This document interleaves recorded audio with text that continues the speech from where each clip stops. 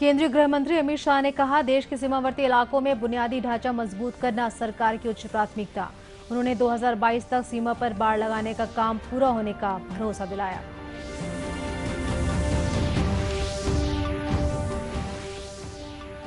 नीति आयोग के सदस्य doctor VK Paul ने कहा है कि कोविड के खिलाफ लड़ाई में अगले 100 से 125 दिन काफी महत्वपूर्ण।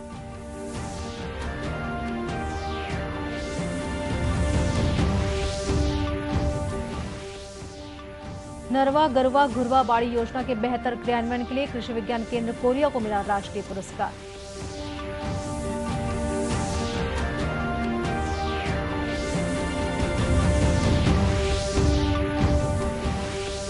और कवर्धा के पास चिल्फी घाटी में कार और ट्रक के बीच हुई भीषण टक्कर में बोड़ला के नायब तहसीलदार सहित 3 लोगों की मौत, 1 घायल।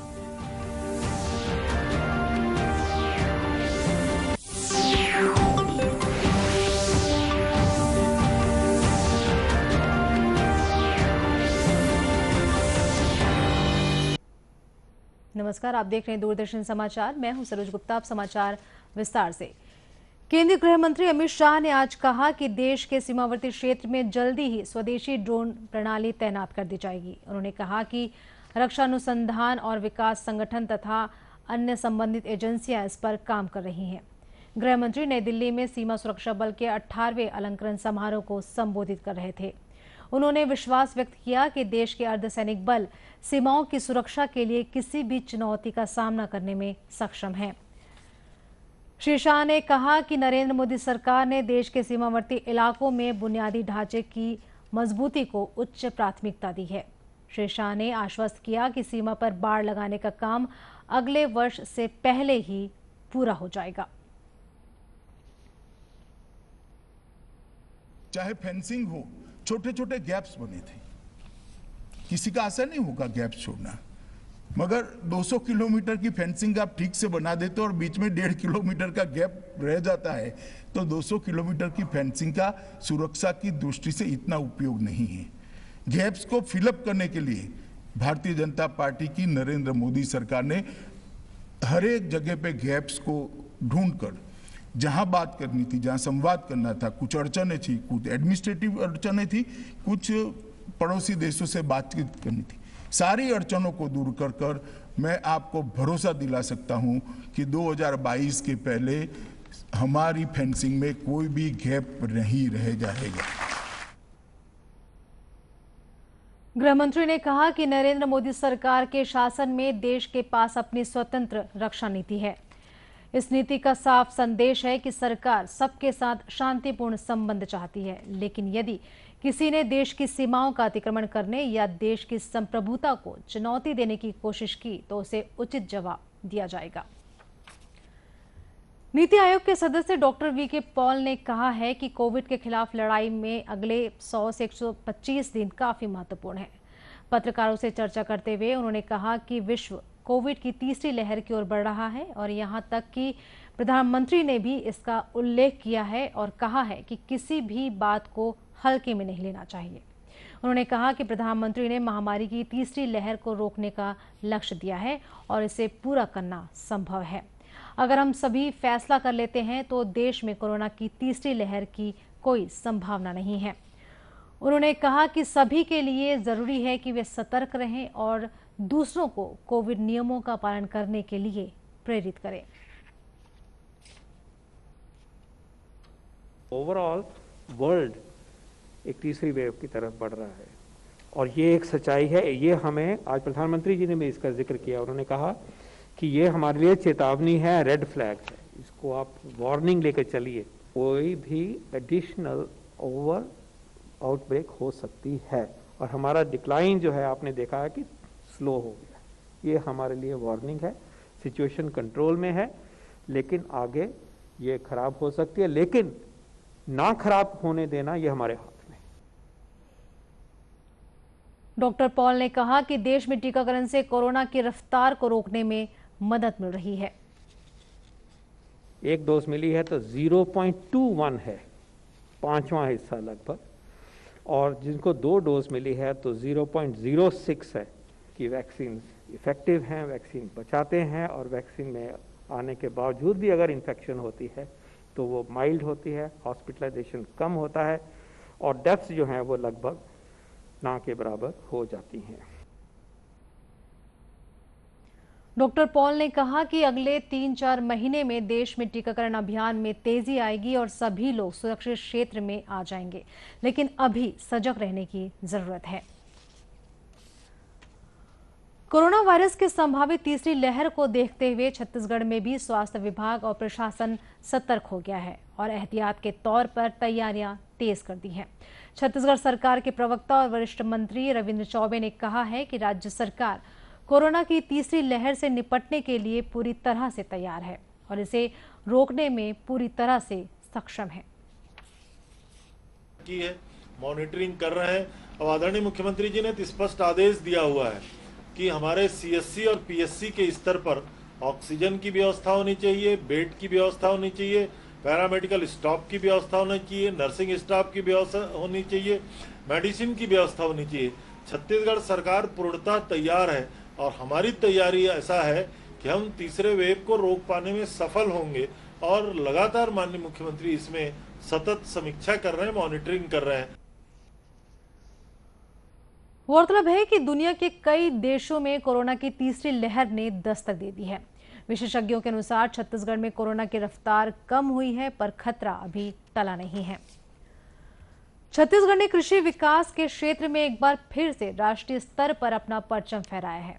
कृषि विज्ञान केंद्र कोरिया को भारत सरकार द्वारा देश के सर्वश्रेष्ठ कृषि विज्ञान केंद्र के रूप में पुरस्कृत किया गया है। कृषि विज्ञान केंद्र कोरिया को छत्तीसगढ़ शासन की महत्वाकांक्षी योजना नरवा, गरवा, घुरवा और बाड़ी के प्रभावी क्रियान्वयन तथा कृषकों में उद्यमिता विकास के लिए सम्मानित किया गया है। भारतीय कृषि अनुसंधान संस्थान के स्थापना दिवस के अवसर पर कल कृषि भवन नई दिल्ली में आयोजित सम्मान समारोह में केंद्रीय कृषि मंत्री नरेंद्र सिंह तोमर ने कृषि विज्ञान केंद्र कोरिया को देश भर में संचालित 722 कृषि विज्ञान केंद्र में सर्वश्रेष्ठ कृषि विज्ञान केंद्र के रूप में कृषि विज्ञान राष्ट्रीय प्रोत्साहन पुरस्कार 2020 से सम्मानित किया। मुख्यमंत्री भूपेश बघेल और कृषि मंत्री रविंद्र चौबे ने इस उपलब्धि के लिए कृषि विज्ञान केंद्र कोरिया को बधाई और शुभकामनाएं दी हैं। गौरतलब है कि कृषि विज्ञान केंद्र कोरिया द्वारा सरकार की महत्वाकांक्षी योजना नरवा, गरवा, घुरवा और बाड़ी के तहत किसानों को संगठित कर किसान उत्पादक संगठन की स्थापना की गई है।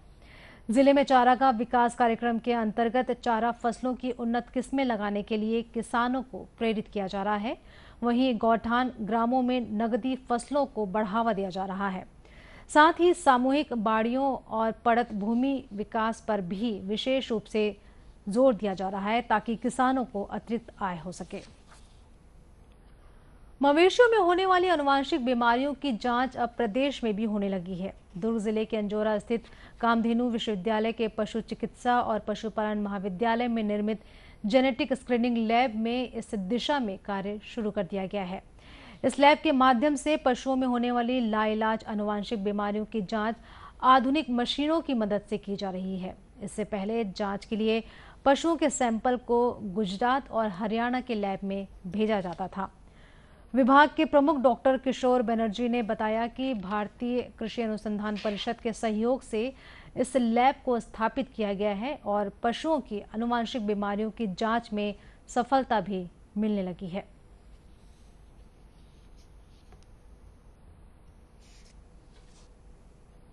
छत्तीसगढ़ का पहली एक लैब जो हम लोग यहाँ बनाया है, जिसमें जितना भी यहाँ एनिमल का जो जेनेटिक डिजीज़ होता है, बीमारी होता है जो हेरिडिटी, तो ये सब डिजीज़ का स्क्रीनिंग करना है, इसमें कोई बीमारी है कि नहीं है। तो पहले इस स्क्रीनिंग के लिए पहले हम लोग बाहर में ब्लड भेजते थे और ये बहुत ही ज़रूरी है, जिसका जो हम लोग बुल जो बाहर में एआई के लिए भेजते हैं गांव-गांव में, तो उस एआई करने के पहले इस बुल में कोई जेनेटिक डिजीज़ है क्या। वहीं विभाग के सहायक प्राध्यापक डॉक्टर असीत जैन ने बताया कि लैब में पशुओं के आनुवंशिक बीमारियों की जांच के लिए लगाई गई सभी मशीनें अत्याधुनिक हैं और अब जांच के लिए दूसरे प्रदेशों पर निर्भरता खत्म हो गई है। छत्तीसगढ़ प्रदेश की पहली प्रयोगशाला है जिसमें जेनेटिक आनुवंशिक डिसीज या डिसऑर्डर्स होते हैं एनिमल्स को, उसको अपन स्क्रीनिंग करते हैं। पहले क्या था कि यहाँ पर छत्तीसगढ़ गवर्नमेंट की जो बुल सीमेंट स्टेशन है उसको सैंपल के लिए बाहर भेजते थे, जैसे गुजरात या करनाल भेजते थे। लेकिन अब आरकेवीवाई रफ्तार योजना के अंतर्गत ये देश की पहली प्रयोगशाला यहाँ पर स्थापित की गई है, जिसमें मुख्यतः 5 से जो जेनेटिक्स डिसऑर्डर्स हैं, जैसे सर ने बताया ब्लैड, डम्स, CBM और फैक्टर 11 डिफिशिएंसी, उसको अपन स्क्रीनिंग करेंगे। अगर ये एनिमल अपन को स्टार्टिंग में मिल जाते हैं तो उस एनिमल को अपन कल कर देंगे, उसको ब्रीडिंग पर्पज से हटा देते हैं उसको। उल्लेखनीय है कि इस लैब में अब मवेशियों के DNA जांच के साथ ही जीन्स एम्पलीफाई भी किया जा सकेगा। मानसून की दस्तक के साथ ही किसान खरीफ फसल की तैयारी में जुट गए हैं। कई जिलों में किसानों के समक्ष खाद बीज का संकट देखने को मिल रहा है। राजनांदगांव में इसी मुद्दे को लेकर भाजपा किसान मोर्चा ने कलेक्ट्रेट के समक्ष धरना प्रदर्शन किया। प्रदर्शन में भारतीय जनता पार्टी के पदाधिकारी, कार्यकर्ता और किसान शामिल हुए। भाजपा किसान मोर्चा के जिला अध्यक्ष हेंद्र साहू ने बताया कि सोसाइटी में पिछले 15 दिनों से खाद नहीं मिल रही है, जिससे किसानों को खुले बाजार में दुगने दाम में खाद खरीदनी पड़ रही है।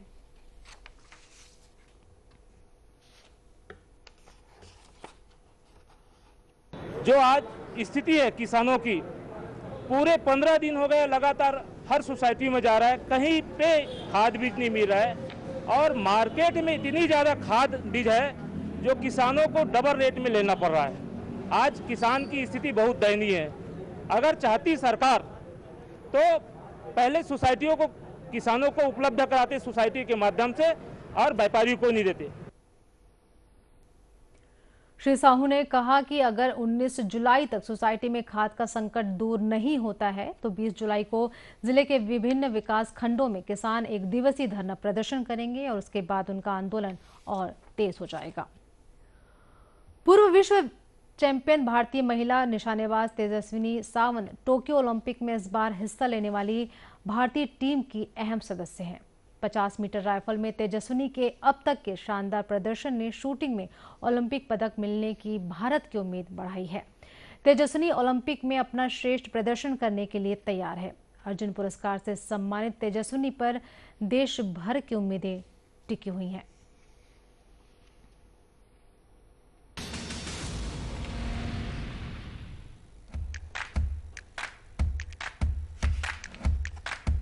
महाराष्ट्र के कोल्हापुर से आने वाली तेजस्विनी सावंत पहली बार ओलंपिक खेलों में हिस्सा लेने जा रही हैं। तेजस्विनी ने 2010 में म्यूनिक में हुई विश्व चैंपियनशिप में स्वर्ण पदक जीता था। तेजस्विनी की मां को अपनी बेटी की उपलब्धियों पर गर्व है। उन्होंने कहा कि तेजस्विनी ने हर प्रतियोगिता में बेहतरीन प्रदर्शन किया है। एनसीसी में थी वो, स्कूल लेवल पे, कॉलेज लेवल पे जब वो एनसीसी में थी तब वो एनसीसी की बेस्ट शूटर और बेस्ट कैडेट भी रही है। तो एनसीसी में होते हुए उसे ये शूटिंग अच्छा लगने लगा और उसके साथ ही उसने इसमें ही करियर करना सोचा। 2006 में मेलबर्न में हुए कॉमनवेल्थ खेलों के लिए तेजस्विनी ने Asian Games gold medallist Anjali Bhagwat और विश्व रिकॉर्डधारी सुमा शिरूर को मात देकर टीम में जगह बनाई थी। तेजस्विनी ने खेलों में 2 स्वर्ण पदक जीते थे। उन्होंने महिलाओं की 10 मीटर एयर राइफल सिंगल्स और अवनीत कौर सिद्धू के साथ 10 मीटर एयर राइफल डबल्स में स्वर्ण पदक जीता था।